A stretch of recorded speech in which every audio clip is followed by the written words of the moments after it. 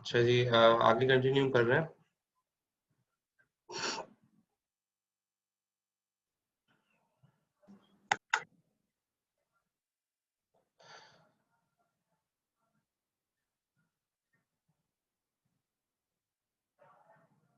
अच्छा, ये देखें कनेक्टेड नेटवर्क्स। आपने आपने टोपोलॉजीज पढ़ी है डीसीएन में? पढ़ी ली होंगी डीसीएन में टोपोलॉजीज।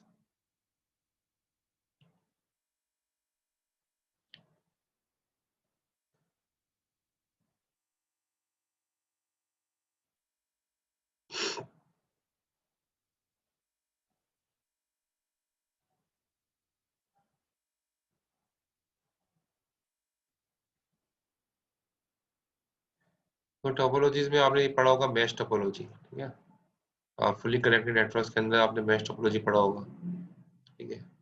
फुली कनेक्टेड मतलब मैश टोपोलॉजी में होता क्या है, हर नोड के साथ कनेक्टेड होती है।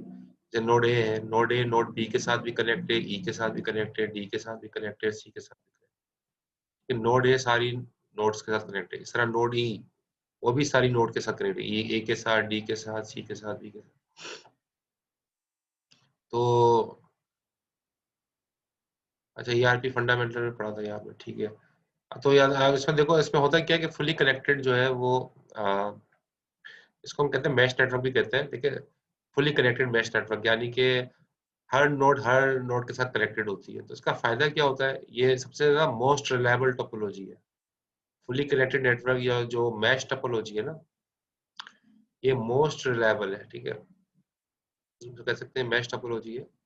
और ये मोस्ट रिलायबल टोपोलॉजी होती है क्योंकि इसके अंदर सारी नोड्स के साथ कनेक्टेड होती है। तो अगर ये लिंक फेल हो जाए, ए और बी के दरमियान अगर लिंक फेल हो जाता है किसी वजह से, फिर ए जो है वो सी के थ्रू कम्युनिकेशन कर सकता है बी से, या ए जो है वो ई के थ्रू कम्युनिकेशन कर सकता है बी से, या ए डी के थ्रू कम्युनिकेशन कर सकता है। इनडायरेक्ट कम्युनिकेशन पॉसिबल होगी अगर डायरेक्टली कोई लिंक अगर फेल भी हो जाए, ठीक है।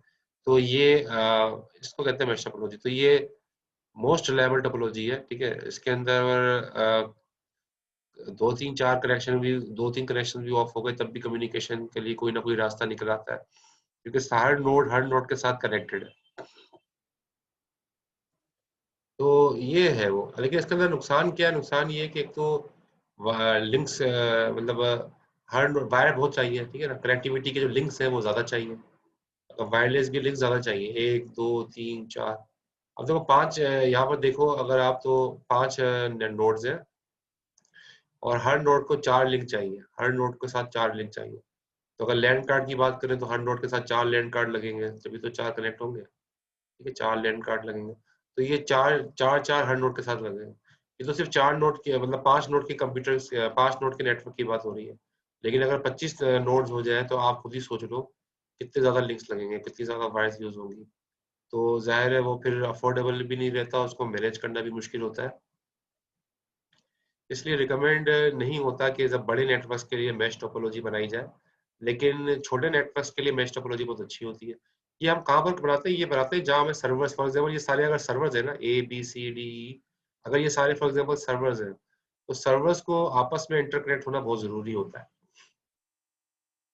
तो सर्वर्स की इंटरकनेक्टिविटी के लिए, या जो साइट्स हैं जहाँ पर डेटा रखा हुआ डेटाबेस है, तो वो जो है साइट्स कम ही होती है, ज्यादा नहीं होती, ठीक है। चार पाँच छः आठ साइट्स होती हैं जो स्मॉल बिजनेस की होती है।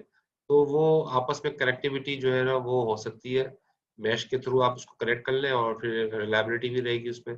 लेकिन अगर आपको लैब को ऐसे कनेक्ट कर लें, लैब के अंदर सारे पीसेस को ऐसे कनेक्ट कर लें, तो वो सूटेबल नहीं है, क्योंकि नंबर ऑफ पीसेस बढ़ने से ज़ाहिर नंबर ऑफ कनेक्शंस बढ़ेंगे, और नंबर ऑफ कनेक्शंस बढ़ने से ज़ाहिर है कॉस्ट बढ़ जाएगी, उसको मैनेज करना मुश्किल होगा, इतनी वायर्स वगैरह लैन कार्ड्स लेने पड़ेंगे। इसलिए कम नोड्स के लिए जिनकी आपस में कनेक्टिविटी बहुत जरूरी हो, उनके लिए तो मैश टोपोलॉजी सही है। लेकिन उन साइट्स के लिए या उन नोड्स के लिए, लेकिन ओवरऑल बहुत सारी नोड्स हो तो उसके लिए कनेक्टिविटी अच्छी नहीं है मैश की। इस तरह पार्शियली कनेक्टेड अगर ये भी एक सोल्यूशन हो सकता है कि भाई पार्शियली हो। पार्शियली का मतलब क्या है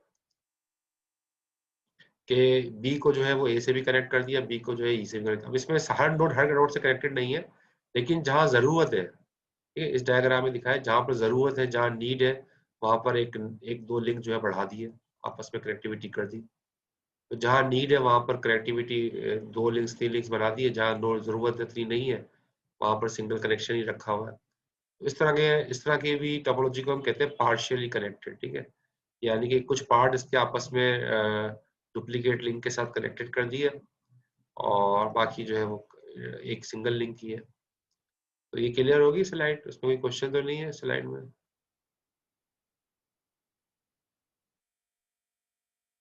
ठीक।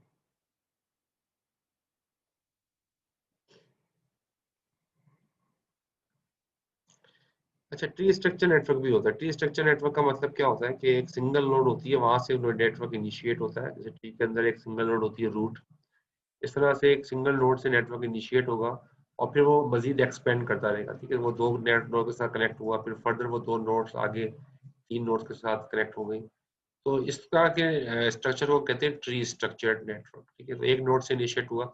अब इसकी एग्जांपल में आप ये कह सकते हो कि जैसे आपके जो है ना वो एडहॉक नेटवर्क्स होते हैं। एडहॉक का नाम सुना है आपने? एडहॉक नेटवर्क्स भी ज्यादातर इस तरीके इसी नेचर के ही होते हैं।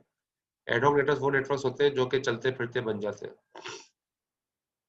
चलते फिरते नेटवर्क्स बन जाते हैं। ऐसे नेटवर्क्स को कहते हैं एडहॉक नेटवर्क्स, ठीक है? तो उसमें भी ऐसा ही होता है कि एक इनिशिएट करता है और फिर आपस में फिर कनेक्टिविटी स्टार्ट हो जाती है। जैसे आपने देखा होगा ब्लूटूथ के जरिए भी आपस में बहुत सारी डिवाइसेस कनेक्ट हो जाती है। तो जिसने सिंगल शुरू में एक इनिशिएट करता है रिक्वेस्ट और बाद की फर्दर जो है वो मजीद कनेक्टिविटी उससे आगे हो सकती है। तो इस तरह के स्ट्रक्चर को हम कहते हैं tree structured networks.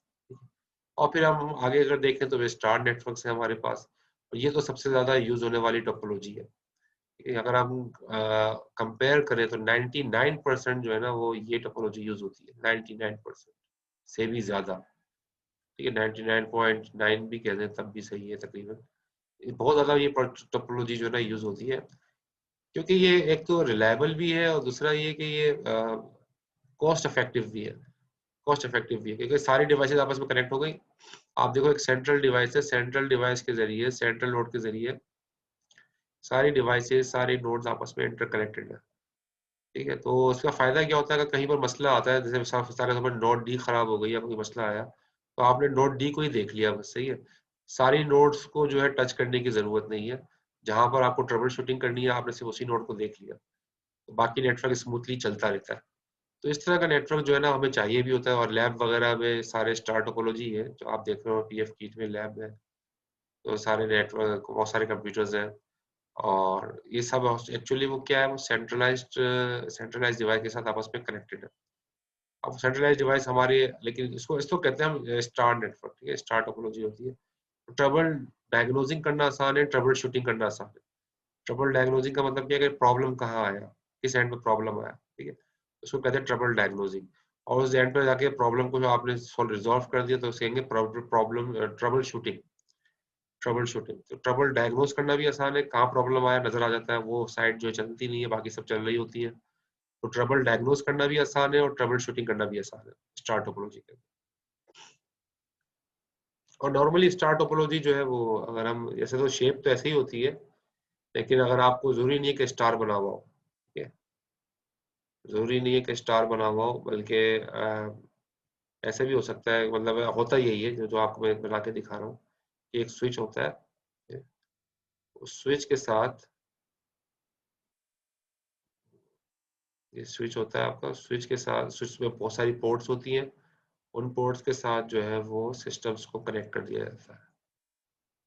Systems ports के साथ कनेक्ट हो जाते हैं और ये आपकी बन गई स्टार टोपोलॉजी। तो सेंट्रल डिवाइस ये होती है जो ऊपर दिखाई गई, और सेंट्रल डिवाइस के साथ सब आपस में इंटरकनेक्टेड है। और हाँ, बस ये मसला है कि अगर ये डिवाइस फेल हो गई किसी वजह से, अगर ये डिवाइस फेल हो जाती है, फिर कम्युनिकेशन ड्रॉप हो जाएगी। तो इसको हम कहते हैं single point of failure. Single point of failure means कि अगर सिंगल पॉइंट हो जाए, फेल हो जाए, तो पूरी कम्युनिकेशन ड्रॉप हो जाती है। तो सिंगल पॉइंट ऑफ फेलियर का जैसे इसके अंदर जो है ना वो डिसएडवांटेज आप कह सकते हो कि ये है कि सारे कम्युनिकेशन बेस कर रही होती है सेंट्रल डिवाइस पे, सेंट्रल नोड पे। अगर सेंट्रल नोड जो है वो किसी वजह से काम नहीं करे, नॉन फंक्शन हो जाए, तो फिर वो सारा नेटवर्क आपका कम जो है नॉन फंक्शन हो जाता है। तो ये बहरहाल स्टार टोपोलॉजी के बारे में बातें थी। अब हम देखें थे यहाँ पर जैसे दिखाया गया है single links and double links, ठीक है, रिंग नेटवर्क्स के बारे में बताया गया है। तो यहाँ पर ए में आप देखिए सिंगल लिंक है, सिंगल लिंक के जरिए आपस में कम्युनिकेशन कर दी गई है। और बी में जो है आप देखें ये सिंगल लिंक है, सिंगल लिंक के जरिए कम्युनिकेशन कर दी है। और यहाँ बी में डबल लिंक है, यानी कि एक रिंग बाहर बना हुआ है, आपको नजर आ रहा है एक बड़ा रिंग, दूसरा एक छोटा रिंग अंदर बना है 4 नोड्स के दरमियान। ठीक है, तो ये इस तरह से जो है डबल लिंक्स और सिंगल लिंक्स बना के भी कम्युनिकेशन एस्टेब्लिश हो जाती है। तो ये भी इसका भी अपना एक फायदा है, ठीक है, रिंग टोपोलॉजी का, कि जो है इसमें अगर आप देखें तो टोकन रिंग हम इसलिए कहते हैं कि इसके अंदर कम्युनिकेशन बिल्कुल स्टाइल डिफरेंट होता है। पिछले केस में क्या होता है, यहाँ पर ना ब्रॉडकास्टिंग हो सकती है, ठीक है, अगर यहाँ पर हब लगाया हुआ है बीच में तो ब्रॉडकास्टिंग होती है। ब्रॉडकास्टिंग मतलब क्या है कि एक डेटा सबके पास जाएगा, एक का डेटा सबके पास जाएगा, इसको कहते हैं ब्रॉडकास्टिंग। यहाँ पर क्या होता है, यहाँ पर यूनिकास्टिंग होती है, एक पैकेट जो है मुसलसल सर्कुलेट कर रहा होता है रिंग में जिसको डेटा भेजना है। फॉर एग्जांपल ये अगर हम उसको मार्क कर लें, जैसे ये ए है, ये बी है, ठीक है, ये सी है, डी,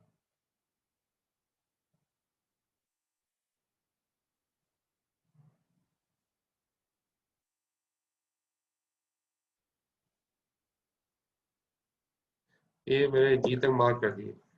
अब फॉर एग्जांपल ए ने डेटा भेजना है डी के पास, ठीक है, ए ने डेटा भेजना है डी के पास, तो एक टोकन होता है, वो टोकन सर्कुलेट करता रहता है रिंग के अंदर। टोकन का मतलब होता है खाली पैकेट है जो रिंग के अंदर जो है वो चलता रहता है, ठीक है, रिंग के अंदर चलता रहता है। और जिसको भी डेटा भेजना होता है वो उसको कैप्चर कर लेता है। जैसे ए को डेटा भेजना है तो ए ने कैप्चर कर लिया उसको, और फिर वो डेटा होके किसके पास जाएगा, डी के पास, डी के पास ये टोकन आएगा, और डी के पास ये टोकन आके ये डेटा जो है इसको दे देगा जो ए ने भेजा था। तो इस फैशन के अंदर जो कम्युनिकेशन होती है, और इससे फायदा ये होता है, इसमें यूनिकास्टिंग होती है, ब्रॉडकास्टिंग नहीं होती, क्योंकि ब्रॉडकास्टिंग के अंदर कॉलिजन हो सकती है। इसमें कॉलिजन नहीं होती क्योंकि दो पैकेट तो कोई भेजेगा नहीं ना, एक पैकेट ही चल रहा है, एक पैकेट ही चल रहा है। जिसको डेटा भेजना होगा वो उसी टोकन को कैप्चर करेगा और उसमें डेटा रख के अपना सेंड करेगा। तो इसलिए जो है ना ये अच्छा कम्युनिकेशन का बिहेवियर मतलब होता है पैटर्न। लेकिन मसला यही है, जब ज्यादा नोड्स होती है तो वहां पर ये प्रेफरेबल नहीं है रिंग नेटवर्क, कि ज्यादा नोड्स के अंदर डिले आ जाएगा, कि ज़ाहिर है एक से दूसरे के पास, दूसरे से तीसरे के पास, तो डिले आ जाएगा। डिले आने की सूरत के अंदर फिर जो है ज़ाहिर है वो परफॉर्मेंस डिग्रेड हो जाती है। कम नोड्स में बहरहाल फिर भी ये एप्लीकेबल है और उसको इस्तेमाल किया जाता है। ये तो ये है रिंग टोपोलॉजी, इसके अंदर भी कम्युनिकेशन हो सकती है। इसमें कोई क्वेश्चन तो नहीं है स्लाइड में? No sir.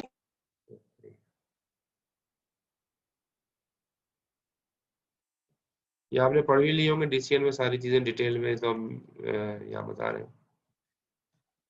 तो अब ये देखो बस टोपोलॉजी की बात हम कर रहे हैं। बस टोपोलॉजी भी होता यही है कि सारे एक सिंगल बैकबोन होता है, सिंगल बैकबोन है, ठीक है, ये वक्त ब्लैक वायर में नजर आ रहा है आपको, सिंगल बैकबोन है।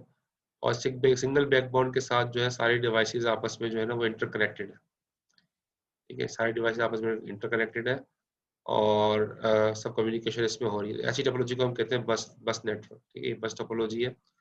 और अब इसके अंदर ब्रॉडकास्टिंग होती है। बस टोपोलॉजी का सबसे बड़ा ड्रॉबैक क्या है, ब्रॉडकास्टिंग होती है, यानी कि एक का डेटा सबके पास जाएगा। ये एक अगर डेटा भेजना चाह रहा है, ठीक है, ये ए है डेटा, ये डी को डेटा सेंड करना चाह रहा है, तो जब ये नेटवर्क पे आएगा तो ये इसके पास भी जाएगा, इसके पास भी जाएगा, ठीक है, इसके पास भी जाएगा, सबके पास जाएगा ये डेटा वायर के थ्रू। और ज़ाहिर है ये डिस्कार्ड कर देंगे, इनको नहीं चाहिए, और उसको चाहिए होगा तो ये एक्सेप्ट कर लेगा। तो इस तरह के बिहेवियर को कहते हैं ब्रॉडकास्टिंग होती है। तो बस नेटवर्क पर टोटल ब्रॉडकास्टिंग होती है। तो ब्रॉडकास्टिंग बिहेवियर जो है ना वो खतरनाक होता है नेटवर्क के लिए, क्योंकि इसके अंदर हर एक का डेटा जब हर एक के पास जाता है तो कोलिजन होती है, पैकेट्स आपस में टकराने के चांसेस बहुत ज़्यादा होते हैं, ठीक है, पैकेट्स आपस में टकराने के चांसेस बहुत ज़्यादा होते हैं। तो इसलिए जो है वो ब्रॉडकास्टिंग जो है वो प्रेफरेबल नहीं होती नेटवर्क्स के अंदर। इसलिए जो है ना ये टोपोलॉजी आपको शायद ही कहीं नजर आए, बस टोपोलॉजी। खर्चा कम होता है इसमें, कॉस्ट इफेक्टिव तो है, क्योंकि सिर्फ एक वायर चाहिए, सिर्फ एक वायर चाहिए और कुछ कनेक्टर्स चाहिए जिसके जरिए से आपस में कनेक्टिविटी कर दें। लेकिन चूंकि उसमें ब्रॉडकास्टिंग होती है, कोलिजन होती है, इस वजह से इसको जो है वो अडॉप्ट नहीं किया जाता, प्रेफरेबल नहीं है। रिंग बस के अलावा इसको इसी इसी लाइन को अगर आप सर्किल में कर दे तो ये रिंग बस बन जाता है। ठीक है, तो अगर हम बात करें लैन की, नेटवर्क की हम टैब्स की बात कर रहे हैं, और अगर हम बात करें लैन की, लोकल एरिया नेटवर्क की, तो जाहिर है लोकल लोकल एरिया नेटवर्क जो है वो, अगर हम बात लैन का मतलब क्या है, यहाँ पर ये लिखा है कवर स्मॉल जियोग्राफिकल एरिया, छोटे एरिया के ऊपर जो बनाया जाए उसको हम कहते हैं लैन। जैसे आप यूनिवर्सिटी में देखें, यूनिवर्सिटी के अंदर हमारी जो लैन है पीएफ कीट में, अब उसके अंदर बहुत मल्टीपल जो है ना वो मल्टीपल कंप्यूटर्स हैं। अगर हम उसके डायग्राम बताऊं, देखिए फॉर एग्जांपल आपका लैब वन है, लैब वन में एक स्विच लगा हुआ है, ठीक है। ये मैं आपको लैन का कॉन्सेप्ट दे रहा हूँ, लैन का।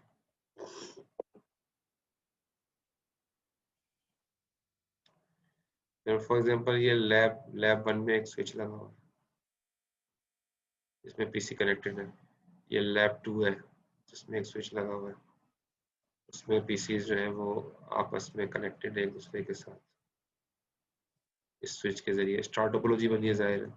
फिर एक लैब थ्री में एक स्विच लगा हुआ है। इस तरह से 8-10 तो लैब तो मेरे ख्याल में हमारे COCI इसमें, इसके अलावा और COE के अंदर भी लैब्स हैं, और फिर फैकल्टी के एग्जामिनेशन के स्टाफ के पीसीज अलग हैं। तो बहरहाल ये बहुत सारे इस तरह से स्विचेस हैं।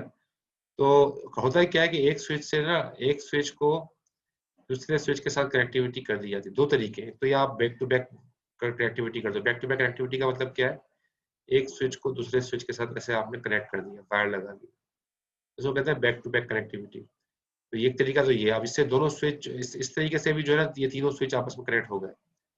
लेकिन कनेक्ट हो गए यानी कि आप समझो एक तरह से ये एक ही स्विच बन गया बड़ा, क्योंकि अब सारे एक दूसरे के साथ कम्युनिकेट कर रहे हैं। तो अब ये सिंगल लैन बन गया, ये तीनों मिला के क्या बन गया, सिंगल लैन।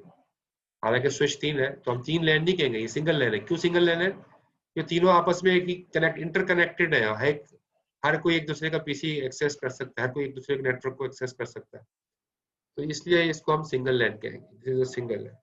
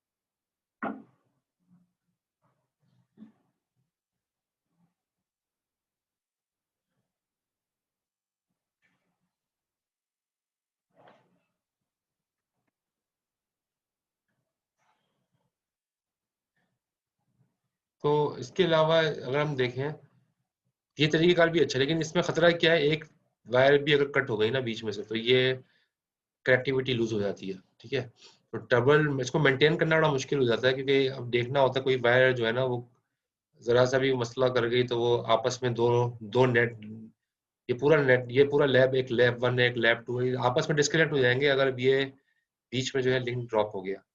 तो बजाय इस तरह के बैक टू बैक कनेक्टिविटी करने के करते क्या है, एक स्विच अलग से लगा देते हैं, डेडिकेटेड स्विच, और उस डेडिकेटेड स्विच के साथ सारे आपस में कनेक्ट कर देते हैं ऐसे। जो बेस्ट प्रैक्टिस है वो यही है कि एक डेडिकेटेड स्विच लगा के सारे स्विचेस को आपस में इंटरकनेक्ट कर देते हैं। अब ये स्विच जो है ना, इस स्विच के ऊपर सारे सारे मतलब नेटवर्क्स आपस में कनेक्टेड है, सारे स्विचेस आपस में कनेक्टेड है।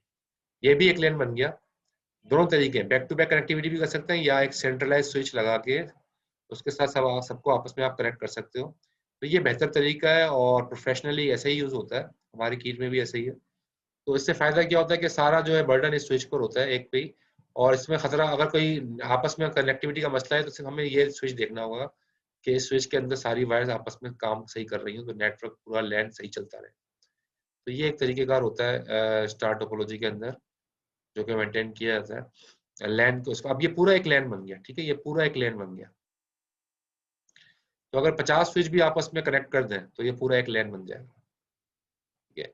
और उस लैन को ज़ाहिर है उसकी एडमिनिस्ट्रेशन एक ही होगी, जैसे कीट के अंदर एक ही एडमिनिस्ट्रेशन के अंडर में सारा चल रहा है और सब आपस में कनेक्टेड है, तो वो सारा एक लैन है, पूरा एक लैन है। कोई क्वेश्चन तो नहीं है इसके बारे में, लैन के बारे में? कोई क्वेश्चन हो लैन?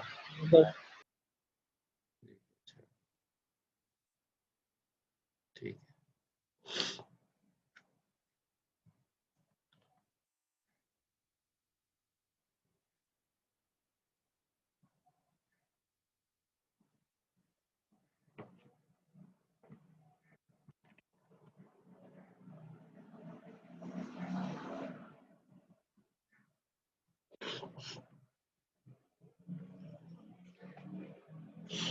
सही है। तो बहरहाल ये हमारे जो है वो कुछ चीज़ें थी लैन के बारे में। अब देखो यहाँ पर एक लिखा हुआ है, जैसे लिखा रहा होगा आपको, स्पीड बताइए यहाँ पर ना।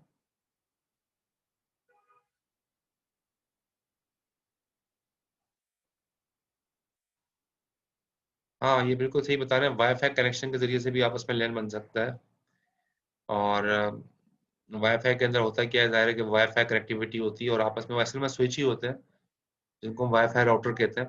वो आप स्विच ही होते हैं, वो आपस में कनेक्ट कर जाते हैं और इस तरह से वो लैन जो है वो भी बनता है। वो वायर्ड भी बन सकता है लैन, वायरलेस भी बन सकता है, तो वो भी लैन ही होता है।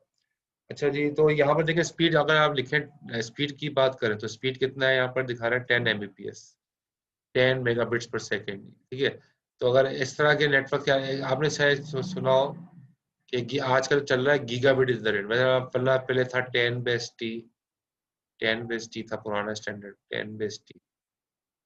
ये लैन के स्टैंडर्ड बता रहा हूँ मैं आपको, 10 बेस टी, ठीक है।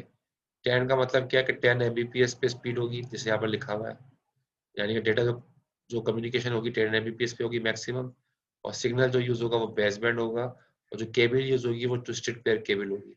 तो स्टैंडर्ड इथरनेट का हो गया 10 बेस टी। इथरनेट क्या होता है, ये नेटवर्क के जो है ना, लैन को हम इधर नेटवर्क को हम इथरनेट भी कहते हैं, या लैन को इथरनेट भी कहते हैं। तो इथरनेट के स्टैंडर्ड्स होते हैं, उन स्टैंडर्ड्स को फॉलो करना होता है, ठीक है। तो एक स्टैंडर्ड था 10 बेस टी, लेकिन ये पुराना स्टैंडर्ड है। फिर बाद में 100 बेस टी आ गया। 100 बेस टी का मतलब क्या है, 100 Mbps उसकी स्पीड थी।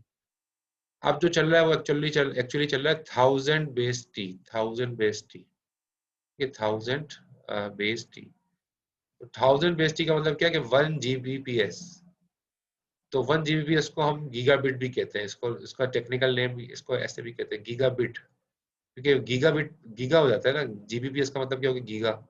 तो इसको कहते हैं हम गीगाबिट इथरनेट। गीगाबिट इथरनेट का मतलब क्या है कि सारी चीजें 1 GB पे होंगी, सारी चीजों की स्पीड 1 GB पे होगी, उसको कहते हैं गीगाबिट इंटरनेट। क्या मतलब सारी चीजें, जैसे स्विच लगा हुआ है, स्विच जो है, स्विच होगा वो 10 Gbps, सॉरी 1 GB उसकी स्पीड होगी मैक्सिमम, 1 GB का जो है वो स्विच होगा। इस तरह जो आप ये स्विच जो है वो किसी पीसी से कनेक्ट होगा, उस पीसी पे जो लैन कार्ड लगा है, लैन कार्ड, वो भी 1 GB का होगा, ठीक है। ये पीसी लगा है, इस पीसी के साथ जो लैन कार्ड लगा है वो भी 1 GB का होगा। और ये जो केबल यूज हो रही है, केबल भी जो है एक्चुअली 1 GB को सपोर्ट करेगी। मैक्सिमम 1 GB का डेटा इसमें से एक सेकंड के अंदर, 1 GB का मतलब क्या है, एक सेकंड में 1 GB। तो ये कहलाता है गीगाबिट इंटरनेट की सारी चीजें 1 GB पर है, स्विच भी 1 GB पर है, और आपकी केबल भी 1 GB पर है, और इसके अलावा जो है आपका जो लैन कार्ड है वो भी 1 GB पर है। तो ये बन गया गीगाबिट इंटरनेट, ठीक है, गीगाबिट इंटरनेट बन गया। तो ये कहलाया गीगाबिट इंटरनेट।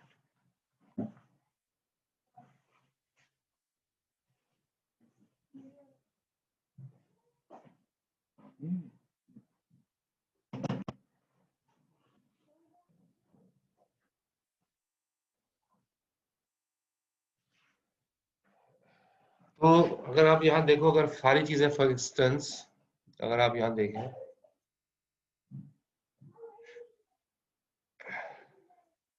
अच्छा ये इन्होंने लिखा है, इमाद ने वेब, WPA 2, ये सारे जो आप बता रहे हो ना, ये वायरलेस के प्रोटोकॉल्स हैं। जो इमाद ने सवाल पूछा है, वेब, WPA, ये वायरलेस के सिक्योरिटी के प्रोटोकॉल्स हैं जो कि वाईफाई पे यूज करते हैं। तो ये तो खैर अलग चीज है, इसका मतलब ये भी ज़ाहिर है कनेक्टिविटी के लिए होते हैं, लेकिन स्टैंडर्ड प्रोटोकॉल्स हैं जो कि वाईफाई के ऊपर हम ज़्यादातर यूज करते हैं। यहाँ पर हम बात कर रहे थे वायर्ड कनेक्टिविटी की। तो बहरहाल ये 1 Gbps जो है ना, ये आपस में 1 Gbps के जरिए से सब आपस में इंटरकनेक्टेड है, और इसी को हम कहते हैं इंटरनेट। तो सारे अब आपसे एक सवाल है, अगर फॉर एग्जांपल इसमें से कोई एक भी जो है वो 100 Mbps पे हो, Mbps तो कम होता है ना, Gbps ज्यादा होता है, और इनमें से कोई एक भी 100 Mbps पर हो, तो क्या होगा? सारे तौर पर अगर केबल है, अगर वो 1 GB की बजाय अगर वो 100 पे होती, तो क्या होता? केबल, सिर्फ केबल, अगर सिर्फ केबल 100 MB पे होती,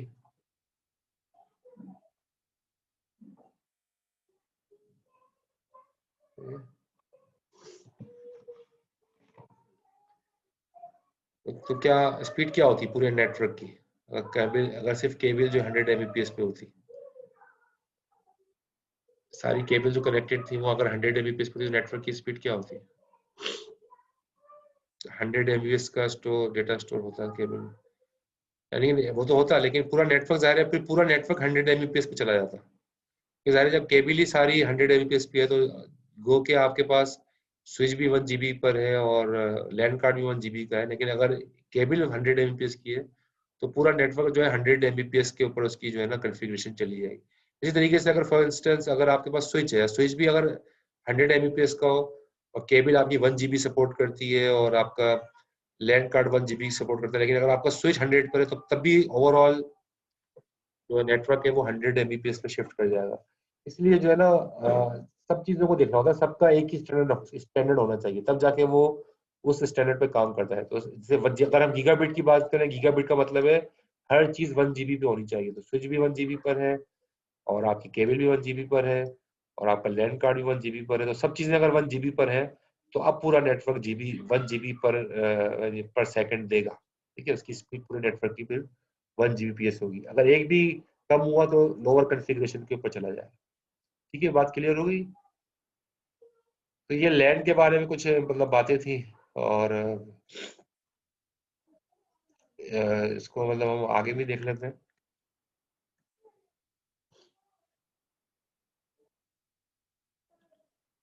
ठीक है, तो लैंड की डिपिक्शन ऑफ टिपिकल लैंड की लैंड को दिखाया गया है कि मिसाल के तौर पे मुख्तलिफ दो लैंड्स हैं।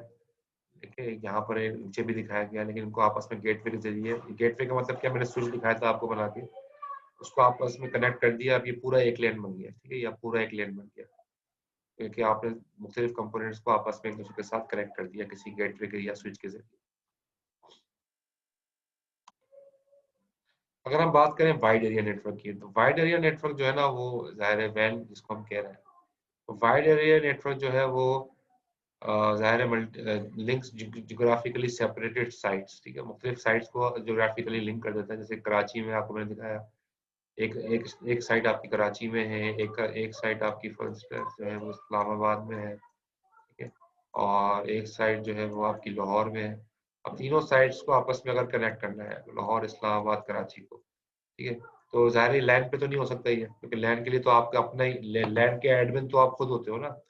जबकि वैन में क्या होता है, वैन में हम किसी थर्ड पार्टी की सर्विस लेते हैं, कोई थर्ड पार्टी बीच में इन्वॉल्व होती है, उस थर्ड पार्टी की आप सर्विस लेते हो, और उसकी सर्विस लेके आपस में कनेक्टिविटी स्टैब्लिश। जैसे अभी मैंने एग्जांपल दी थी पीटीसीएल की, जो क्लास के शुरू में मैंने एग्जांपल दी थी पीटीसीएल की।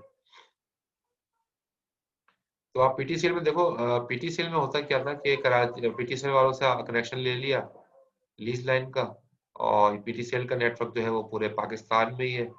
ठीक है, तो पीटीसीएल के नेटवर्क से जो है कनेक्शन लेके जो है ब्रांचेस को आपस में कनेक्ट कर दिया। अब इंटरनेट पे जाए बगैर आपस में कनेक्टिविटी हो गई, लेकिन ज़ाहिर है पीटीसीएल बीच में आ रहा है, जिसको हम कह रहे हैं थर्ड पार्टी। तो वैन के अंदर एक्चुअली जो है ना थर्ड पार्टी की इन्वॉल्वमेंट होती है, वैन में थर्ड पार्टी की इन्वॉल्वमेंट होती है, उसके बगैर जो है ना वो कम्युनिकेशन नहीं होती पॉसिबल वैन के अंदर। तो ये मतलब लैन के अंदर थर्ड पार्टी की इन्वॉल्वमेंट नहीं होती, ठीक है। लैन में बाकायदा एडमिनिस्ट्रेशन खुद होती है, जो कंपनी होती है जो चला रही है, ठीक है। तो लेकिन वैन के अंदर ऐसा नहीं है, वैन के अंदर थर्ड पार्टी से सर्विस ली जाती है ताकि रिमोटली जो कनेक्टिविटी करनी है वो कर सके।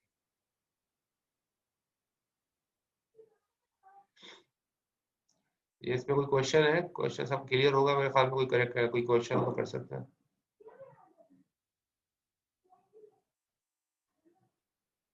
ठीक है, इजी है, सही है। अच्छा आगे चलते हैं। देखिए communication processor and wide area network. तो वाइड एरिया नेटवर्क की अगर हम बात करें तो ये कम्युनिकेशन जो है जाहिर है वो आपस में इसी तरीके से होता है जो मैंने आपको दिखाया था कि किसी करीब एक्सचेंज से जो है सर्विस ले ली। ये एज एज साइट्स हैं और किसी कम्युनिकेशन ये क्या है, कम्युनिकेशन प्रोसेसर है बीच में। तो इनके जरिए से ये यानी कि एक्सचेंज लगी हुई है और एक्सचेंज से आपने लिंक ले ली है और आपस में कम्युनिकेशन करा ली। तो वाइड एरिया नेटवर्क के अंदर एक्चुअली यही होता है कि थर्ड पार्टी से सर्विस ली जाती है और उसके बाद जो है वो कम्युनिकेशन स्टैब्लिश की जाती है।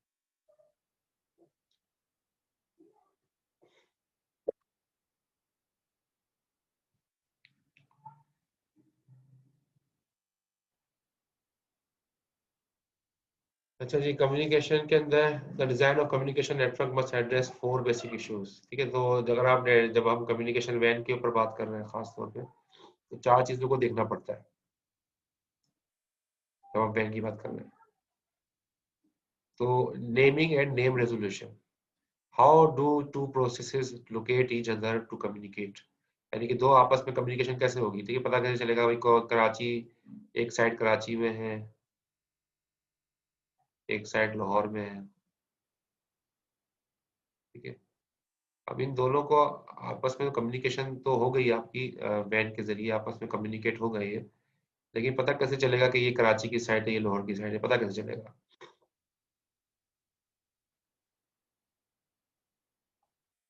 Through MAC address. जवाब आया थ्रू मैक एड्रेस। तो मैक एड्रेस, तो मैक एड्रेस और आईपी एड्रेस में फर्क पता है? आईपी एड्रेस और मैक एड्रेस में फर्क पता है? मैक एड्रेस क्यों चाहिए और आईपी एड्रेस क्यों चाहिए?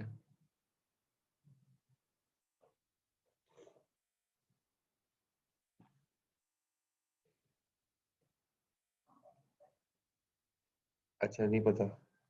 देखो आईपी एड्रेस ना, मैक एड्रेस जो होता है ना वो होता है हार्ड, मतलब मैक एड्रेस हमें सिर्फ अगर लैन के अंदर कम्युनिकेशन करनी है। वैसे तो आईपी हमें लैन में भी चाहिए, आईपी एड्रेस तो हमें लैन में भी चाहिए, लेकिन मैक एड्रेस जो होता है ना वो एक्चुअली आपने डीसीएल में पढ़ा होगा डिटेल के अंदर कि मैक एड्रेस जो है वो सिर्फ विद इन द लैन जो है ना यूज कर रहे होते हैं। जब लैन से ट्रैफिक बाहर जाती है ना तो जाहिर है वो फिर वो मैक एड्रेस जो है ना नहीं जाता, बल्कि आईपी एड्रेस के जरिए से ट्रैफिक बाहर जाती है आपके लैन से। लोकल एरिया नेटवर्क से निकल ट्रैफिक जो बाहर जाती है तो वो आपके आईपी एड्रेस के जरिए जाती है, ठीक है। तो हाँ, विद इन द लैन जो है ना, विद इन द लैन आपका मैक एड्रेस काम कर रहा होता है। और मैक एड्रेस क्या होता है, वो असल में लैन कार्ड का एड्रेस होता है। तो वो मैक एड्रेस के साथ आईपी भी आप कॉन्फ़िगर करते हो, लेकिन आईपी एड्रेस आपकी अपनी सहूलत के लिए होता है, जबकि मैक एड्रेस जो होता है वो परमानेंट होता है, डिवाइसेस के ऊपर एम्बेडेड होता है, ठीक है। तो वो जो है ना वो परमानेंट होता है, तो लेकिन ये काम कर रहा होता है, मैक एड्रेस की कम्युनिकेशन होती है लैन के अंदर विद इन द लैन। लेकिन लेकिन लैन से ट्रैफिक जब बाहर जा रही है होती है आपके, जैसे फॉर एग्जांपल कीट में आप बैठे हो, कीट से ट्रैफिक आप बाहर जा रही है, इंटरनेट चला रहे हो, तो अब ट्रैफिक कीट से बाहर जा रही है। जब कीट से ट्रैफिक बाहर जाएगी तो अब लैन, अब हमें आईपी चाहिए होगा, मैक एड्रेस की बजाय मतलब आईपी के जरिए से आपकी ट्रैफिक आपके लैन से निकल के बाहर जाएगी। दूसरे लफ्जों में अगर आपको मैं बात कहूँ कि डायग्राम में थोड़ा थोड़ा समझा दूँ ये बात, कि फॉर एग्जांपल ये आपका लैन है, लोकल एरिया नेटवर्क है, ठीक है। अब इसके अंदर जो आपस में कम्युनिकेशन हो रही होगी ना, लैन के अंदर जो आपस में कम्युनिकेशन हो रही होगी, वो आपस में जो कम्युनिकेशन होगी वो तो मैक एड्रेस के जरिए होगी। आपस में कम्युनिकेशन मैक एड्रेस के जरिए होगी, जो लैन के अंदर जितने पीसीज हैं, ठीक है। लेकिन ट्रैफिक जब फॉर एग्जांपल जब लैन से निकल के बाहर जा रही है तो वो आईपी एड्रेस के जरिए आएगी, वो आईपी एड्रेस के जरिए आएगी, ठीक है। वो मैक एड्रेस नहीं चलेगा वहाँ, क्योंकि आईपी एड्रेस जो है ना बाहर जब जाएगी ट्रैफिक तो बाहर राउटर्स लगे हुए होंगे, राउटर्स, ठीक है, राउटर्स होंगे। राउटर्स एक्चुअली जो है वो, जैसे राउटर की टेक्निकल डायग्राम ऐसे होती है, राउटर को ऐसे बनाया जाता है। राउटर को जब भी आप ड्रॉ करेंगे ना, ऐसे बनाएंगे राउटर सर्किल करके अंदर क्रॉस लगा देते हैं, राउटर की निशानी होती है। तो बहरहाल ये बाहर राउटर्स होते हैं, और राउटर के जरिए, राउटर किसको देखता है? आईपी एड्रेस को। राउटर को आईपी एड्रेस से कंसर्न होता है कि कौन से नेटवर्क से ट्रैफिक आई है, मैक एड्रेस से राउटर को कंसर्न नहीं होता। जबकि लैन के अंदर जो स्विच लगे हुए होते हैं, स्विच को कंसर्न होता है मैक एड्रेस से। बात क्लियर हो रही है कि मैक एड्रेस के जरिए से within the LAN communication हम करते हैं, और वही काम आते हैं विद इन द लैन। और लेकिन जब हम ट्रैफिक बाहर भेज रहे होते हैं तो हमें आईपी एड्रेस की जरूरत पड़ती है। तो इसका मतलब ये नहीं कि लैन के अंदर आईपी एड्रेस नहीं चाहिए, लैन के अंदर भी आईपी एड्रेस चाहिए होता है, लेकिन आईपी एड्रेस के बिहाफ पे मैक एड्रेस जो है वो रिजॉल्व हो रहे होते हैं। लेकिन जब ट्रैफिक लैन से बाहर जाता है तो फिर मैक एड्रेस नहीं, बल्कि सिर्फ आईपी एड्रेस चाहिए। मेरे ख्याल में ये बात क्लियर हो गई होगी आपको कि ट्रैफिक जो है जब लैन से, लोकल एरिया नेटवर्क से निकल के बाहर की तरफ जाए तो आईपी एड्रेस जो है वो हमें करना होता है। जबकि विद इन द लैन जो है मैक एड्रेस जो है वो काफी होता है कम्युनिकेशन कराने के लिए, लेकिन जाहिर है उसके पीछे आईपी भी होती है। तो बहरहाल ये चीजें तो बहुत सारी है इसमें बताने की, और आप पूरा सब्जेक्ट है, जाहिर है डिसीजन सब्जेक्ट इसी बारे में। तो राउटिंग के पहले क्या, नेमिंग एंड नेम रेजोल्यूशन। तो नाम क्या होगा? ठीक है, नाम के अंदर आप आईपी रख सकते हो या मैक रख सकते हो। ये तो खैर उसका एपी होगा, नाम होगा, लेकिन नाम के पीछे, आईपी के पीछे नेम भी होता है। जैसे आप लिखते हो google.com, yahoo.com, facebook.com। अब ये नाम है, लेकिन नाम के पीछे आईपी है। याहू, ये youtube.com, यूट्यूब के पीछे एक आईपी है, और फेसबुक के पीछे एक आईपी एड्रेस है। तो वो आईपी एड्रेसेस एक्चुअली वो रिजॉल्व होते हैं नेम के साथ, और वो आप कम्युनिकेशन कर लेते हो। तो कम्युनिकेशन करने के लिए एक तो नेमिंग चाहिए। नेमिंग के अंदर समझो आईपी एड्रेस, मैक एड्रेस, और उसके साथ जो नेम, किसी नेम के साथ मैप होते हैं, तो उसके जरिए कम्युनिकेशन होती है। सेकंड क्या है? राउटिंग स्ट्रेटेजीज चाहिए। How are messages send through the network? Message network के अंदर सेंड कैसे होंगे, और नेटवर्क के अंदर मैसेज सेंड कैसे होंगे, उसको कहेंगे राउटिंग स्ट्रेटेजीज। ठीक है, तो मुख्तलिफ राउटिंग से स्ट्रेटेजीज होती है। डिस्टेंस वेक्टर राउटिंग होती है, लिंक स्टेट राउटिंग होती है। तो यानी कि एक जगह से दूसरी दूसरी जगह जाने का तरीकेकार क्या हो, पैकेट जो एक जगह से दूसरी जगह जाएंगे वो किस तरीके में जाएंगे, किस पैटर्न पे जाएंगे, तो वो पूरा वेल डिफाइंड होना चाहिए। वो चीज़ें वेल डिफाइंड होनी चाहिए। तो मुख्तलिफ राउटिंग प्रोटोकॉल्स होते हैं जो कि कन्फिगर किए जाते हैं। आप शायद पढ़ो, इंटरनेट एंड इंट्रानेट राउटिंग के नाम से कोर्स है बीएस प्रोग्राम में, जो कि सिर्फ इसी बात पे है कि राउटिंग स्ट्रेटेजीज के ऊपर ही वो पूरा कोर्स बेस करता है। फिर आगे हम बात करें कनेक्शन स्ट्रेटेजीज की। How do two processes send a sequence of message? दो प्रोसेसेस आपस में कैसे कम्युनिकेशन करेंगे, तो कनेक्शन सेटिंग स्ट्रेटेजीज कैसे होंगी? ठीक है, वो हम थोड़ा थोड़ा बहुत हमने पढ़ा भी था, डायरेक्ट और इनडायरेक्ट। और फिर इसके बाद fourth one is contention. The network is shared resource, और how do we resolve conflicting demand? यानी कि एक वक्त में अगर दो नोड्स एक वक्त में दो नोड्स या दो कंप्यूटर एक ही वक्त में डेटा भेजना चाहे, तो कौन जीतेगा उनमें से? ठीक है, लैब के अंदर आप बैठे, लैब के अंदर 50 कंप्यूटर है, 50 के कंप्यूटर एक साथ डेटा भेजना चाह रहे हैं, तो जाहिर है एक वक्त में तो एक ही को जो है ना, मतलब अगर शेयर्ड रिसोर्सेज है तो एक वक्त में एक ही की फुलफिल होगी, सबकी तो नहीं हो सकती। तो उसके मैकेनिज्म क्या हुआ, ये आपस में जो कंटेंशन है उसको कैसे रिजॉल्व किया जाएगा? तो भाई जाहिर है इसके सारे एल्गोरिथम्स हैं, स्टैंडर्ड्स बने हुए हैं, और उनके जरिए से जाहिर है ये सारे काम हो रहे होते हैं। डीपली आप डीसीएल सब्जेक्ट में पढ़ोगे ये सारी बातें। ठीक है, नेमिंग और नेमिंग रेजोल्यूशन। नेमिंग के बारे में जब बताया था मैंने आपको, आईपी एड्रेस होता है, लेकिन जाहिर है आईपी एड्रेस किसी के साथ मैप होता है।